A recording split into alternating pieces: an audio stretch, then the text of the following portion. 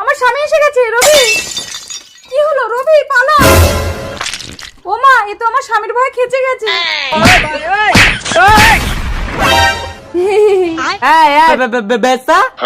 ঠিক করে উচ্চারণ করো স্বামী, আমার নাম বর্ষা। বর্ষা, আমি তোমার জন্য বাইরে খেটে খেটে মরছি আর তুমি ঘরে পরপুরুষ নিয়ে ফুর্তি করছো। আরে এটা তো একটা রোবট, মেলা থেকে কিনে এনেছি। আমি শুয়ে থাকবো, এ আমার সব কাজ করে দেবে। উই, সব কাজ মানে এই রোবট, আমার স্বামীকে এক গ্লাস জল দাও তো। হবে না, শরবত। আচ্ছা ঠিক আছে, শরবত দাও। স্পেশাল শরবত বানিয়ে দিচ্ছে।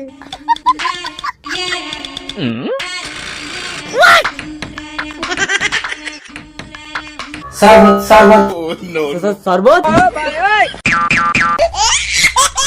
কি হলো ঠাকুরপো, তুমি আমার দুধ খাবে না? না বৌদি, দাদা তোমার দুধ খেতে মানা করেছে। ভাইকে না দিয়ে খাবে? আসো কাজ ঘরে, ঘর দিয়ে তাড়িয়ে বার করবো। এই নাও ঠাকুরপো, দুধটা খেয়ে নাও।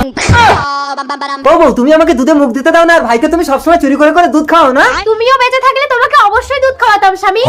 কি? আমি মরে গেছি? হ্যাঁ, তুমি তো অনেকদিন আগে পায়খানা শক্ত হয়ে চাপ দিতে গিয়ে পথ ফেটে মারা গেছো।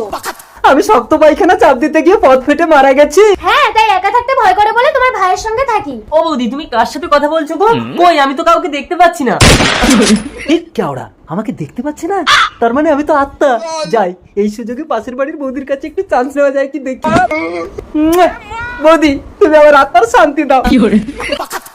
বৌদি আমারে দেখতেই পাচ্ছে না, পেছন থেকে জড়িয়ে ধরি। ছেড়ে দাও, কেটো না। আর মেয়ে ছেলে আমাকে হিচড়ে বানিয়ে দিল।